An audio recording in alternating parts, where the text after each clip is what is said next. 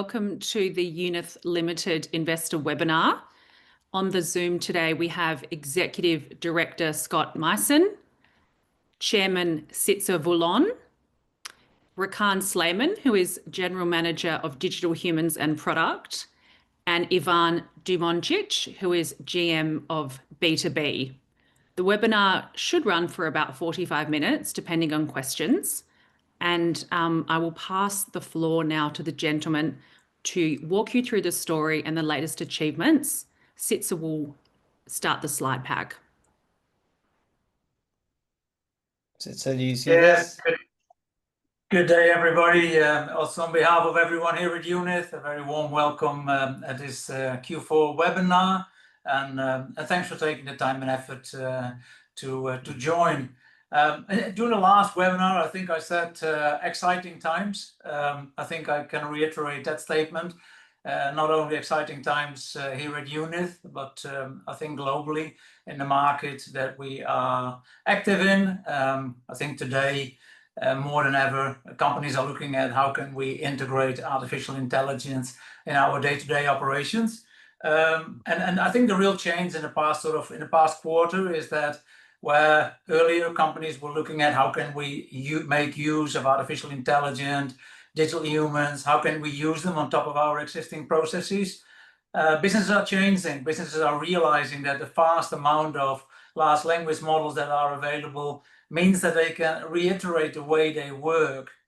A unit that takes a very specific place in that. We try to still, with all that smart data that companies now have at their fingertips, they can do something with all the data, they can change their processes. And we try to still deliver the personalized and the human touch to the interaction with either it can be employees, it can be clients, so anybody that needs information from the company. No, I don't think I need to go into very deep understanding what UNITH is. I think most of you long-term investors know what we are doing. Our newer investors, I think must have had a good look at well. So where we are really is the conversational part of anything to do with artificial intelligence. We're building these agents and we try to sort of drive or ride the wave of artificial intelligence that is now sort of developing in the world. The conversational AI bit, the large language models, you've seen that exploding as well. Just look at ChatGPT, look at Google Gemini. I mean, quite impressive what these large language models can do. And we're just tapping into all that available technologies. And you see some target sectors, education, obviously. Education needs interaction. Interaction is what we do. Healthcare, because that's where we have some very large launching customers. But entertainment, finance, but actually any business from small size businesses to large enterprises have a need for improving the way they work with the use of artificial intelligence. We do that through basically two divisions, the consumer business, the B2C, our subscription business, and our digital human business, which is sort of the design of digital humans and develop the right characters. With that, I'm happy to hand over to Scott.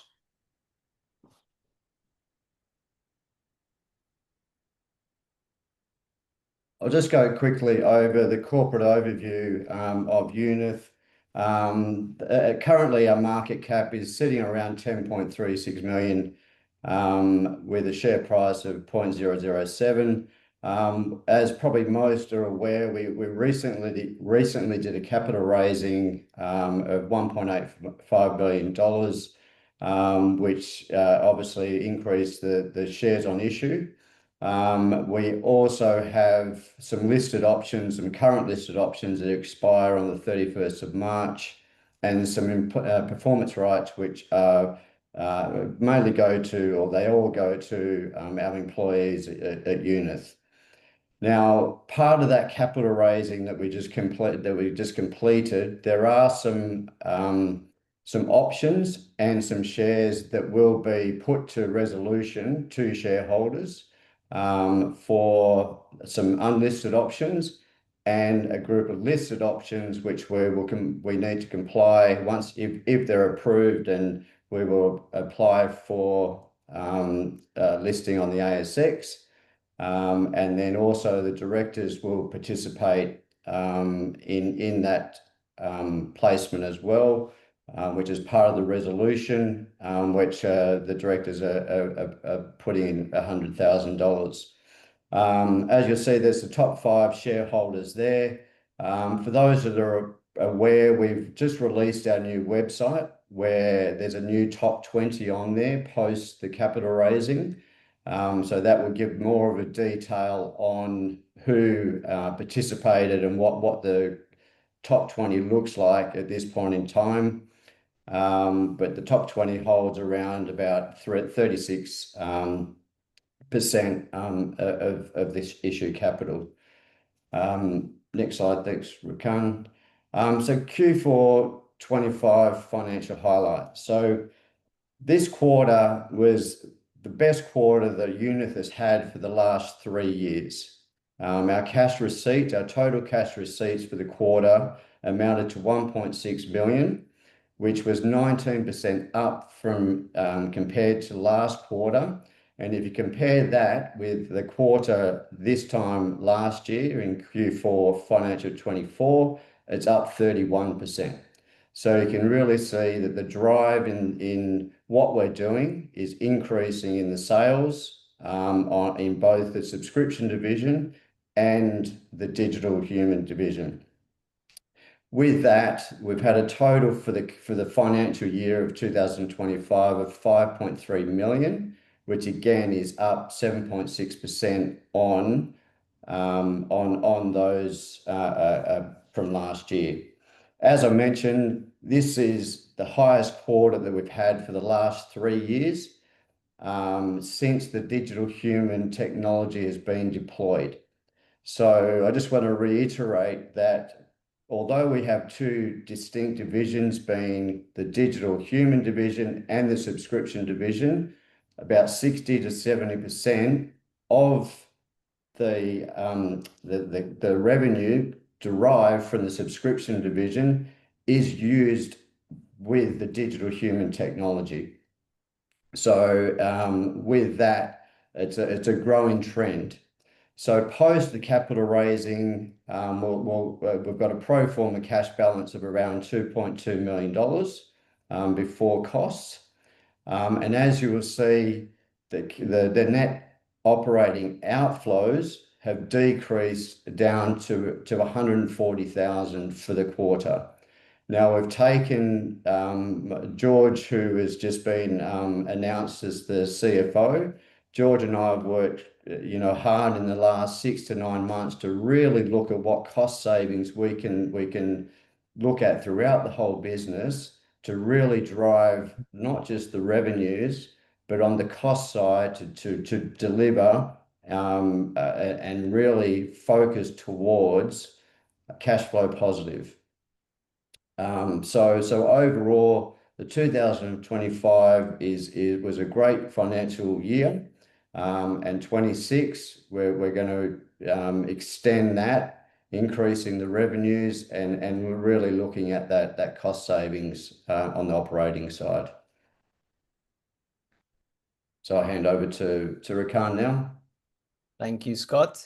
So I'll hi everybody. First of all, I'll spend a bit of time talking through a lot of the work that we've done throughout the previous quarter from a digital human platform perspective, in a way that really justifies and in many ways fuels some of the successes that Scott has just shown. So as Scott mentioned, I think, and even going beyond just the previous quarter, a lot of the work that we have been doing in many ways, while it's giving us traction now, is really setting the foundations for us to have a much better fiscal year 26.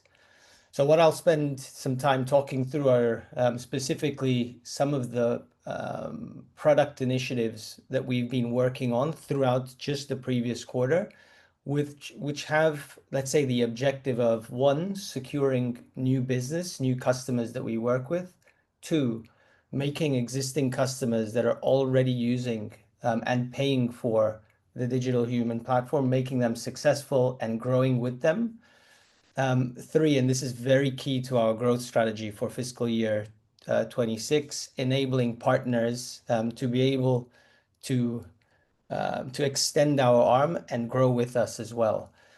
And then finally, and Scott just touched on this, but a lot of the product work that we do actually intends to reduce our operational overhead so that we can grow with partners, make businesses successful, win new businesses without adding too much technical overhead on us as people, which naturally are the most expensive resource that we have, and valuable resource. And then we've also spent and I'll spend quite some time talking through this, but we undertook some quite foundational changes from a more brand and go-to-market side. So you'll see a very new, fresh look as it relates to our brand, and this is reflected on our website. And I'll do a quick walkthrough of the website if I can navigate the slides well enough. But like brand and brand infrastructure. And then we've also spent a lot of time thinking about, and this goes back with operating very effectively, how can we build in a lot of automations that connect to our digital humans that allow us to go to market much more effectively than we've done in the past. And then finally, we spent a lot of time in enabling our partners, and I'll speak a little bit to this. We obviously have a lot of this that feels a bit internal, but a significant amount of effort, and I'll talk through this in the following slides, is supporting some of our more strategic customers. And one of those strategic, I don't like to call them as customers because they're an internal customer, is the fact that we do have direct-to-consumer digital human apps that Ivan will talk through in a bit. And we do spend time making sure that the digital human platform fuels their growth, because at the end of the day, as Scott mentioned, the revenue effectively you can bring it all the way through to the digital humans effectively driving some of that, or a significant amount of that. And then finally, I've probably had more meetings in the last quarter with partners, prospective customers, and also our team, with people in Australia. And this is intentional. We've been running some campaigns in Australia. We've been doing some networking coming back from when I visited Australia about 2 months ago. So we've been investing a lot in actually building our brand in the Australian market. Whoops. So I'll start with the overview from a platform perspective, literally features, functionality that are now available that were not available 4 months ago. Our audio synthesis pipeline is significantly more rich at the moment. We've made it much more modular, which means that people, and many people do, when I say people, customers already work with 11 Labs, which is, let's say, the gold standard in audio synthesis. People can bring their own 11 Labs voices into our platform. You can even choose from 11 Labs voices if you're creating your own digital human. We also, and part of this is related to our large corporate that we work with, we've, let's say, brought in real enterprise grade audio stability and security through a direct integration with Azure. This also fuels a lot of the digital humans that our direct to consumer apps are using.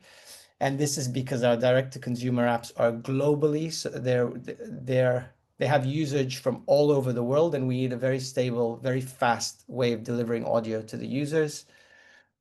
And then also more and more you see people building their own audio synthesis engines, and they want to be able to use their own audio synthesis engines. So we've made it able for anybody to basically bring in literally and connect to work they've already done from an audio AI perspective.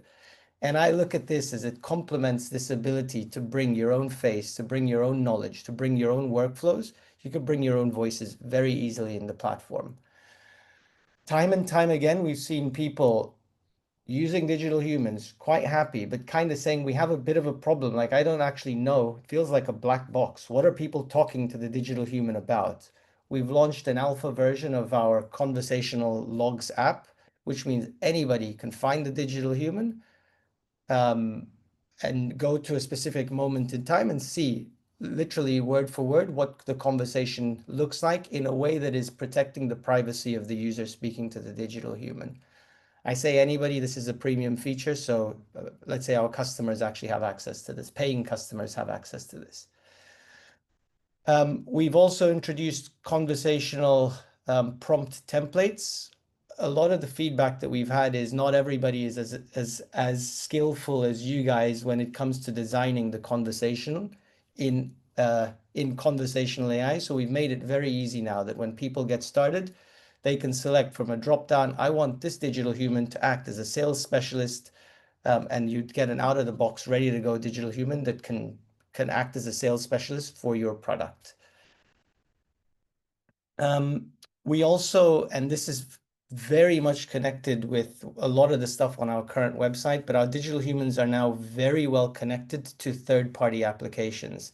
We support any third parties that have MCP servers, which basically means that a digital human you could say, hey, Hal, which is the guy in the bottom right, can you please email Sytze, telling him that we've just done the investor presentation and went really well, and perhaps summarize some of the questions that came from it. And Hal would basically pick up that, summarize this meeting, and then send an email to Sytze summarizing everything that happened. So they become really actionable digital humans that can perform actions.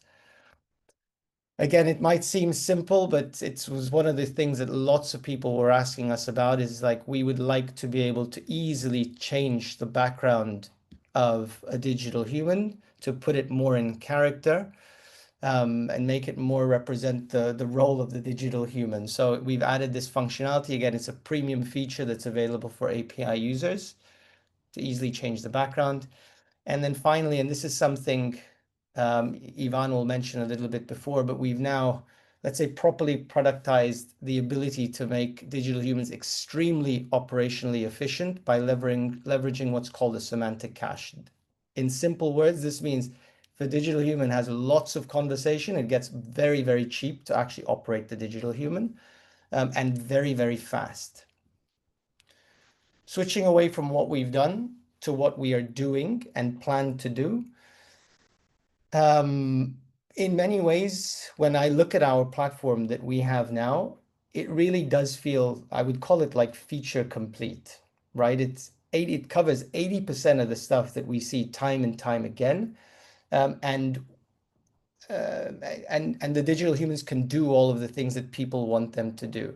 We're switching our focus to what we call internally more foundational components. And what this means is we want to be the fastest, most commercially viable and stable digital human product in the market. Those three bold items, fastest, commercially viable, and stable, is where we believe you will win. Why? Because anybody who comes into this space, the feedback we have is it's not stable enough. It always falls offline. It always breaks. Not ours, other people that are coming into the space. It's way too expensive to get some early traction on it, so it's not commercially viable, and there's always latency issues. We believe we have, and I'll show a brief demonstration of what we looks like. We believe we have the solution to this, and we believe it's quite imminent. We're also going to make a push to really go through a bit more of a product-led growth initiative. For people who maybe don't know the makeup of our team, we have 2 salespeople. They're great salespeople. We would love to grow without needing to significantly change the sales footprint. So we want to ensure that the product is much better at actually converting users who come onto the platform for free through a trial period, and then it kind of self-drives them to upgrade.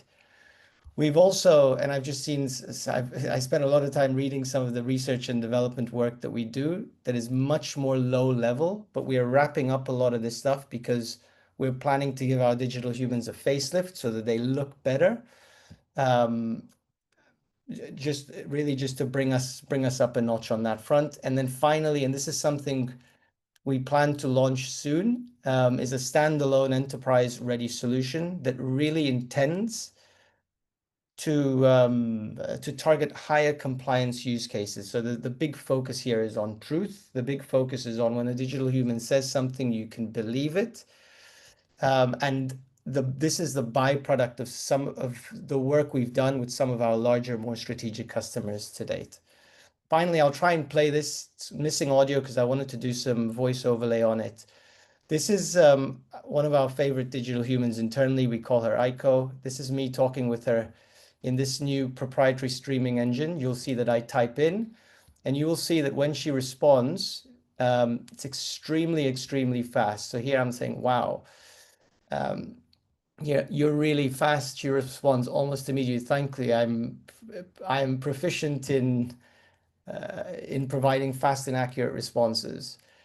Here I say you're the fastest in the world, and you could see she's almost immediately responding back with anything that I type in. You sound cool. Thanks, I'm able to maintain a friendly tone.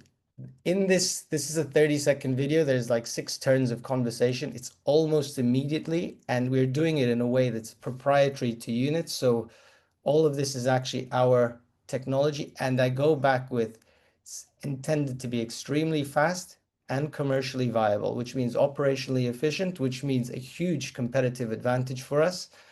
And it's something that, as I say, it's imminent. We have internal demos. We're using it. We're testing it. Our select customers that we're working with are getting early insights into what this looks like, and we're getting feedback from them.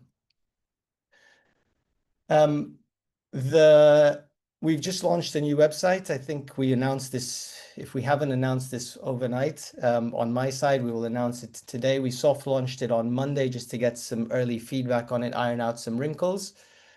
When I look at the new website, I see something much fresher, much brighter, much more calling to people to actually use UNITH. I see something that's much more aggressive on a product standpoint. I will quickly come over here. You're hopefully seeing this.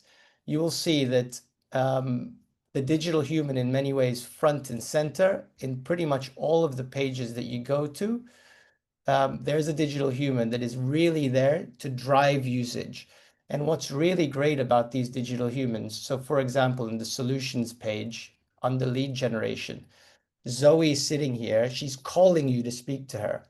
But Zoe is actually there to do what it says over here, turn conversations into conversions with interactive avatars. What that means is Zoe's job is basically to understand who she's speaking to, why she's speaking to them, capture their information, and ask them if she would like to connect them with us at UNITH. So she bridges that gap between people who come to UNITH and actually our team over here. So she's fully connected. There's a very extensive, let's say, AI generated workflow that sits behind that. We also want to give a lot more flavor to our product. We want to push on things like it's actually quite fun to clone people. We want to push on this personalized element of what it means to make a digital human on the basis of what Sytze said right at the start, that we really do focus on this personalized element on top of all these AI solutions that exist. So new website is live. I would encourage everybody here to use it. It's new. There will be a few little glitches here and there. We're always looking for feedback. Email in that feedback directly to us, and we'll make sure the right people pick it up. Just a few things that I want to make sure I don't forget to say. It did feel like with our existing websites, people land there and leave and don't really know what UNITH do. Like, one of the things we want people to get out of it is if they stay 10 seconds, 20 seconds, they at least know clearly what UNITH do. It's very difficult to find UNITH if you don't know who UNITH are. This is a major problem. The website has been designed in a way that makes it much easier to enter into the UNITH universe. We've done a lot of work on how people look for these kinds of solutions, and it's subtly embedded throughout the whole website. As I mentioned already, it's intended to be a conversion tool for us to bring business to us. And then finally, and I didn't touch on this, when people go through this website, the messaging is different. We have strategically positioning ourselves in the positioning UNITH in the no-code AI automation ecosystem, which is huge and continues to grow. I won't go into a lot of this stuff. You guys can use it. It's publicly facing, but a huge kudos to our teams who've put a lot of effort into this work, and specifically our growth lead, Pau, who's really driven a lot of this initiative. Touching on a lot of this stuff, we've spent a lot of time outside of the website, even building out those fully automated, fully connected digital humans that intend to activate inbound opportunities that come to us. So the avatars, the digital humans, these interactive avatars on our website, they're live, and they're also live via email outbound workflows. And I'll talk a little bit about this in a second. But we have integrations with Zapier, Make.com, NA10. If you don't know what these are, I encourage you to look into them. But these are the leading automation building tools out there in the market, and we very seamlessly integrate with these tools. And again, just to reiterate, what this means is if we run ads on LinkedIn, Meta, any other channels, they can be the landing where people land on the ads will be a digital human that is essentially they're having a conversation with, and it's doing this early triaging.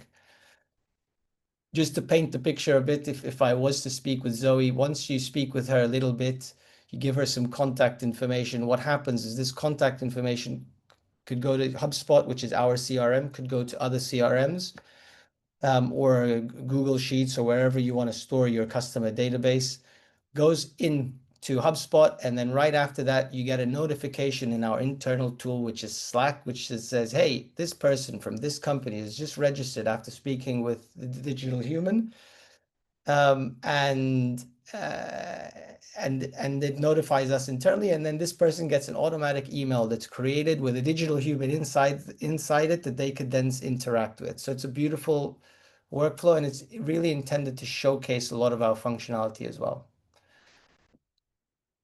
Quickly moving on, client projects. We continue to work very closely. I highlight these two because they're the bigger ones, more strategically, very good visibility around it. Alliance for Public Health, they've been promoting digital humans pretty much everywhere, very high profile places, including the European Parliament, showcasing our digital humans. We get great feedback from them. We spend time supporting them, but they are primarily now self-sufficient, which is great, validates a lot of our platform. There is the primary challenge ahead remains distribution. How do you take these digital humans and give them to people in need so that they can actually speak with them? And how do you make visibility of that? The large pharmaceutical that we've been working with, this project has been very successful. The first phase is completed. One of the anecdotes was them saying that this is the quickest project that they've ever experienced in any pharmaceutical environment. Their team are extremely surprised about that. We are now planning for phase 2 of the project. While there's no formal approval, we have verbal go-ahead to say that based on what's been delivered so far, we will be looking to move into the second phase of this project. So we're extremely excited about this. I'm extremely aware of the fact that it's not going to be fast. In many ways, they said this was the fastest project we've done. And we were there saying, this feels slow for us because they move at a very different pace than what we can move at. So this is something that we will continue to work throughout fiscal year 26. Finally, strategically, we've mentioned this before, we really want to grow through partners. We've spent a lot of time expanding our partner ecosystem. We want to do this because it lets us enter into new verticals, new niches, without adding, let's say, capital on our side, capital expenses on our side, but leveraging and the fact that we lack the in-house domain knowledge and leveraging theirs to grow. We have active partnerships across different use cases, some work with a partner who specializes really in airport solutions. We have in logistics, human resources, and talent automation. And this is actually the partner highlight on the right. Specia AI, they focus a lot on back-end enterprise automation. We've started working with them as of end of June, and really they are. I think this link, when this deck gets lodged, you'll be able to click on it and look at their website. But they really do intend to integrate a human touch on top of their automations that sit behind in well-established enterprises already. And I think just to recap what I said, this just highlights the fact that we could go into quite niche verticals, working with trusted local operators, while we focus our efforts on the core platform that I mentioned earlier, making it the fastest, making it commercially viable, and making sure that it remains stable while making it that fast. Yeah, and then just a few things to highlight. Like, we launched the partner program maybe 3-4 months ago, not too long ago. So it's early. A lot of these collaborations are early, are just starting right now. And we expect the commercial impact on this to progressively materialize throughout the upcoming fiscal year. With that, Ivan, I've gone a bit longer than we expected, but I'll hand over to my colleague Ivan, who spends his time taking digital humans to consumers. Serkan, I'll try to save up a little bit of time for everyone. Going quickly through the UNITH B2C division update. So yeah, firstly of all, good morning, good afternoon, everyone. As many of you know already, the UNITH B2C division focuses on building the consumer applications, and we are the ones that are monetizing these consumer applications in the first place. So how do we do this? How do we build all of these applications? So to date we have 5 different applications in 5 different content verticals, which are built on top of the UNITH Digital Human platform. This is done in a way that we leverage the UNITH API connection between the Digital Human platform and our own B2C content management system. This, in a way, enables us to create and manage over 1,700 digital humans, which we have in service today. At present, the B2C division operates, as I said, 5 different applications, which are available in 21 different languages, and right now all are live in 36 different territories.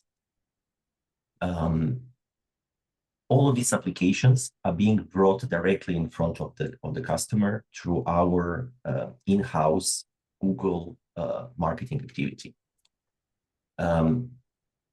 We often emphasize on this as owning this Google marketing activity in-house gives us both speed, but also very importantly gives us control in the marketing execution. Over the last year, we have definitely seen a very strong traction with these digital human applications. In the last quarter, the digital human applications were responsible for 65% of the B2C revenue, which is quite a strong growth indicator if we know that in the previous year, the participation of the digital human applications was about 45%, and a year before that, it was just 9%. So we do see quite a strong traction, and we do recognize the potential of the digital human applications, which are taking over bigger and bigger chunk of the revenue that the B2C division is generating. Rakan has spent some time talking about the platform developments. So I would like us also to take a few minutes and to look at how these improvements on the platform level are actually impacting the UNITH, the B2C products that we offer. So Rakan, next slide, please. Over the last quarter, especially, some of these new functionalities became available to us, and I will use the opportunity to give you 3 examples of how we are using these functionalities in order to directly impact the user experience and the product capabilities. The first one being the Zapier integration. Rakan mentioned Zapier. It's one of the leading automation tools out there, which enables digital human to connect to, I believe it's now over 7,000 different third-party applications out there. What it does for us, it basically enables our product, it enables our digital humans to go beyond simply answering the questions.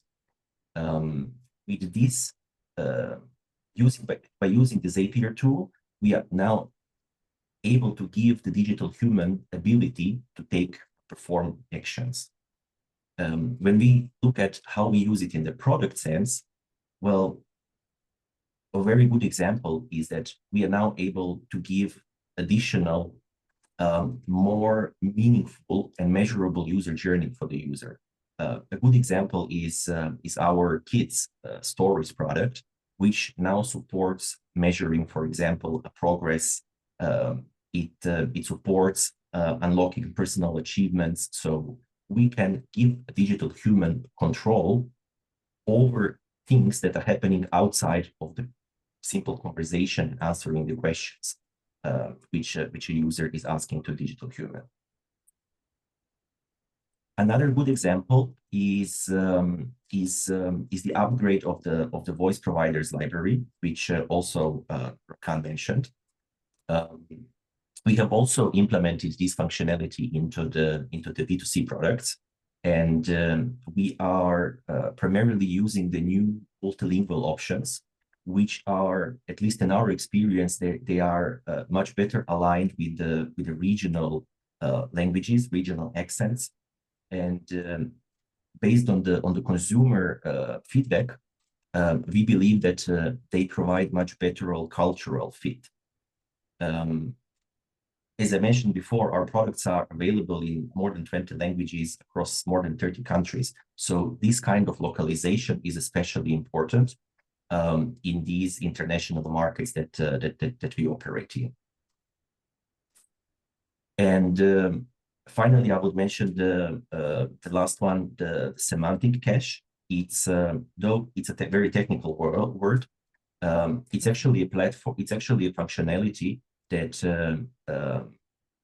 directly impacts the user experience, especially for the B2C products, which are offering the user kind of a repetitive content. So if you look at the e-learning application, or we look at again, children's stories application, a lot of times the answers the digital human gives to the user are repetitive. Peter Pan or Cinderella, the stories that the digital human is speaking are always the same and they don't change a lot.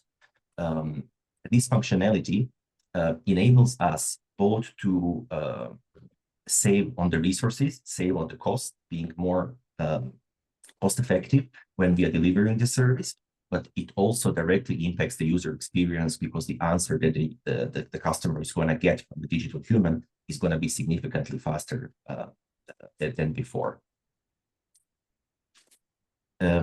Next slide, please, Rakan. So lastly, what I would like us to give you an update on is our ads agency expansion, and maybe a highlight of some of the future prospects that we are looking at in the B2C division.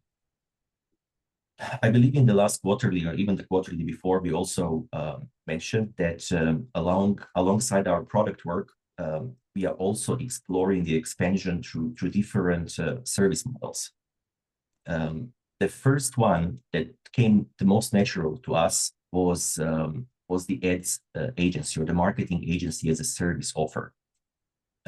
We have recognized the potential that our in-house marketing team has, as over the last 2 years, more than 60% of the marketing activity that we do has been brought in-house. And we have recognized the quality, but also the external partners or even the competitors has recognized the success that we do have with our in-house marketing. So basically, we thought to ourselves, why not to offer the marketing services that we anyway do in-house also to the third parties or to external clients. It's very important, I believe, to mention that this ad agency as a service that we are running, we are now running it completely within our existing B2C team, meaning no extra overheads are being needed to be introduced in order to offer this additional service. In the last quarter, the ads agency actually already started generating pretty significant revenues. Q4, I believe we have reported that we have generated over 30,000 Australian dollars in revenue. And this particularly we see as a quite a positive signal that there is a demand for this type of services and for this type of expertise. So we are looking to expand this activity even further. We already actually have additional products and additional clients in the pipeline with who we are working on launching marketing campaigns in countries like Oman and Bahrain. So you can recognize here there is a bit of overlap with the countries where we also have our own campaigns, we have our own marketing activity. So we are leveraging this expertise and this experience that we gain from our own activities in order to build this additional revenue stream for us, but also deliver the value for the clients. And finally, to conclude, I would like to emphasize maybe once again that what I believe you also have seen throughout the presentation multiple times is that all of these B2C activities and all of these digital human applications that we create and that we bring directly to the consumer are heavily underpinned by the UNITH digital human platform. We see this as a strong advantage if we look at if you compare ourselves with especially with the competitors inside of the B2C domain, because we are pretty much the only one who has our own products. Majority of our competitors are licensing the content and are licensing the products which they bring to the consumer. We, thanks to the digital human platform, are able to build and own our own products, which I believe is very important, and it gives us the capability to basically turn this technology of our own into the measurable revenue and the measurable and positive business outcomes.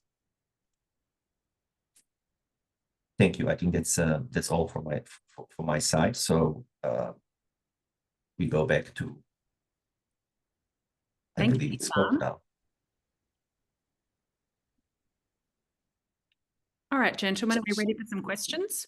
Yeah, I was going to say we had one summary slide, but it's a bit of a recap. And I think to be fair, it's worth perhaps just jumping straight through to the questions. Fantastic. All right.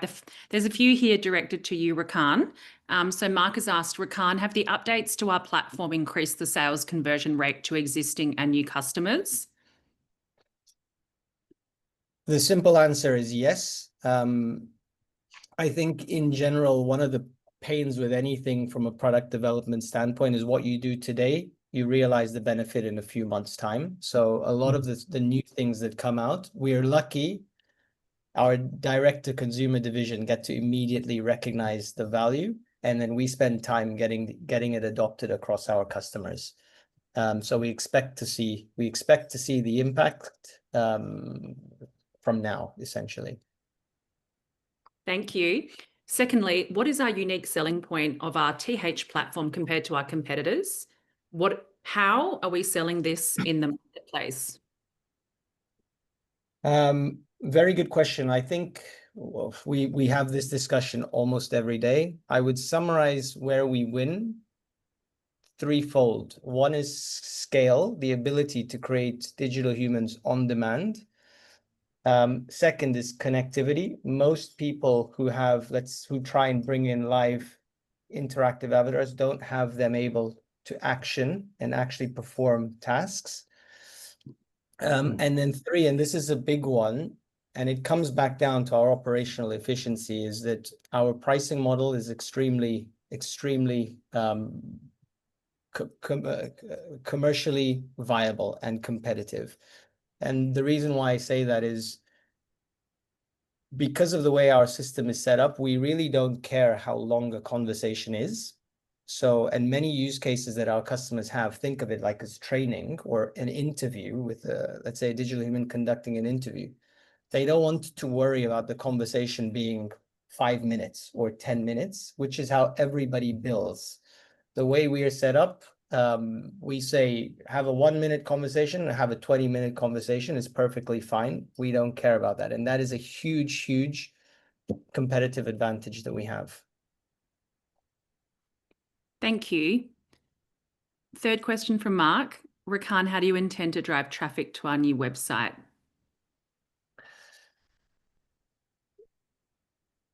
We have many ideas and many plans. One, we are going to we're going to run some ads, which we have from a lot of our learnings, a much better idea of who we will be targeting and with what message. And the website is driven, so we can drive people to specific solutions on the website. So we will use ads. We will also do a big push for bringing much more organic traffic to UNITH. We have an SEO strategy that we are working with, and we also have a strategy so that LLMs out there start to reference UNITH. If people ask, like, what's a leading digital human technology out there, that the actual LLM would recommend UNITH. And then finally, and this is a little bit something that I was in two minds whether I should put in the slides or not, is we are going to put a lot of effort on building a UNITH community that will let us outsource not only how we manage our interactions with users, but how we enable users to promote UNITH and ask questions about UNITH without us being involved. Yeah, so it's I think we have like a 3 or 4 pronged approach, and a lot of this will become evident over the next few months. Thank you. We have a comment here from RV. Excellent work, guys. We are certainly moving in the right direction. Thank you, RV. I will pivot now to the questions that were submitted in advance. Can you tell us more about the progress with ISO 27001 implementation? Yes. I was also not sure if I should put that in the slides. It's progressing. It's not as fast as we would like because it's not as simple as we would hope. We have a weekly meeting. We have objectives that we work towards every week. We dedicate about 2 hours, which is not we would love to dedicate much more on it, but we dedicate about 2 hours a week working on it. And we are looking to start next calendar year in a place that we can start considering getting the audit done. I would say that it is in parallel.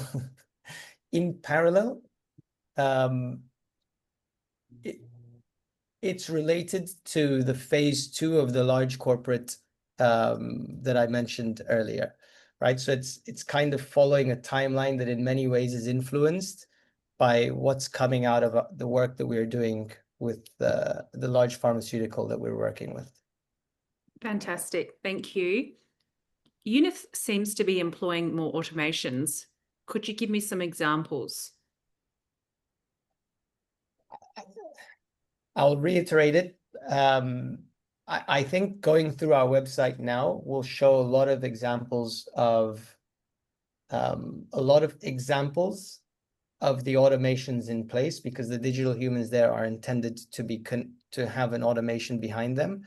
But maybe I will give one story, because I think it's a great story, is we obviously have sales opportunities, and we obviously lose some more than we would like in general. Feels that way anyways. But these opportunities, when they get lost, they go into a closed loss bucket, and there's reasons for why we didn't close the opportunity or why they didn't choose us, etc. But we ran a full automation that basically went through that. It's not a huge list, but went through that and automatically crafted an email, created a digital human, and sent the digital human to the people that we lost. And in there, we ended up converting a couple of customers because they were blown away that a digital human could be sent to them automatically. They click on it, they have a conversation. The conversation is basically like, "Hi, Ivan, last time we spoke, we spoke about these few things. You didn't feel the technology was right," whatever it was. And then it basically drove through a full conversion with them requesting a meeting with us and then saying, "If we can do this, we want to be able to do this." So that's an example of like a real tangible, true story that was a success, and we're happy about it internally. Fabulous, thank you. A stated focus of UNITH has been the formation of partnerships like that just announced with Spectre.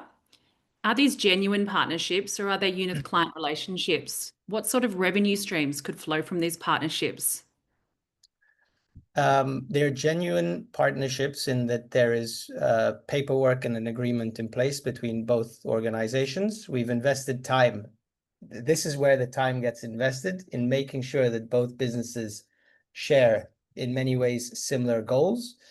And then it's on a case-by-case basis how we structure the revenue, the revenue that will be generated through it.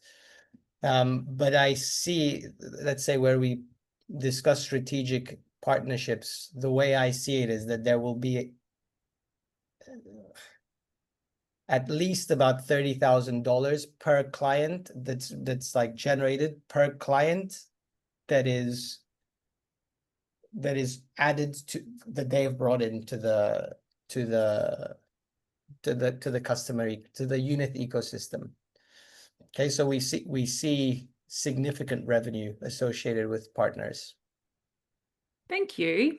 Your presentation mentioned that recurring revenues now being achieved. Your presentation mentioned the recurring revenues now being achieved by UNITH's B2C division. Can they be grown from here? And if so, what CapEx spend is required to realize this growth? I can take this one. So yeah, definitely. In short, the answer is yes. We do expect the B2C revenues to continue progressing, and our goal for this year is to diversify the B2C revenues. So we spoke about the ads agency as a service, which we definitely see as a growth factor and the revenue contributor for this year. And next to it, obviously, we continue the monetization of the digital humans applications within our subscription business model that we have been doing so far as well. Speaking about the necessary investment, already in the March quarter last year, we have invested over, I believe it was 50,000 Australian dollars into the infrastructure to be able to basically to support this growth. So any further investment that is needed to keep the revenues increasing is primarily going to be the marketing investment, which is necessary in order to bring these products in front of the customer. Thank you. Last question here. Your FY26 priorities include an expansion into key verticals like airports, HR, and entertainment. Can you provide some color around your CapEx requirement to deliver this priority? And what geographic regions are being targeted? Can you hear me? I can't remember if I muted myself. Yep. Okay, yeah, I'll take that one. Thank you. So our expansion plan, like we as UNITH ourselves don't plan to specifically focus on any specific vertical or niche. We plan to do that by working with partners. And the reason for doing this is largely because, one, we don't have the domain knowledge in-house, and two, we want to remain focused on our core, which is the digital human technology itself. What that means is there should be little to minimal expenditure required for us to move into those example verticals and use cases that you mentioned. Where the investment goes is finding the right partners and building a great relationship with them and enabling them to grow. So, and this is we are already operating in this way, so there shouldn't be any additional spend needed there. Thank you, Rakan. I'll just check that we don't have, I know that we're almost at the hour. Okay, just one last question here from Robert. What do you anticipate revenue to be for FY26? Is this expected to substantially increase from this point onwards? Yeah, I'll take that one. Yeah, so we've just gone through obviously our budgeting process. With the growth of obviously the digital human division and those initiatives that we've put into the subscription division, we're looking at a growth, I would suggest, well, going from this year was about 5.4 million in revenue. We're expecting that to be in the range of between 7.5 to 7.7 million in revenue for the next financial year. That's been very conservative on the basis of not winning thousands of clients. We've been very, very conservative on what we're budgeting for.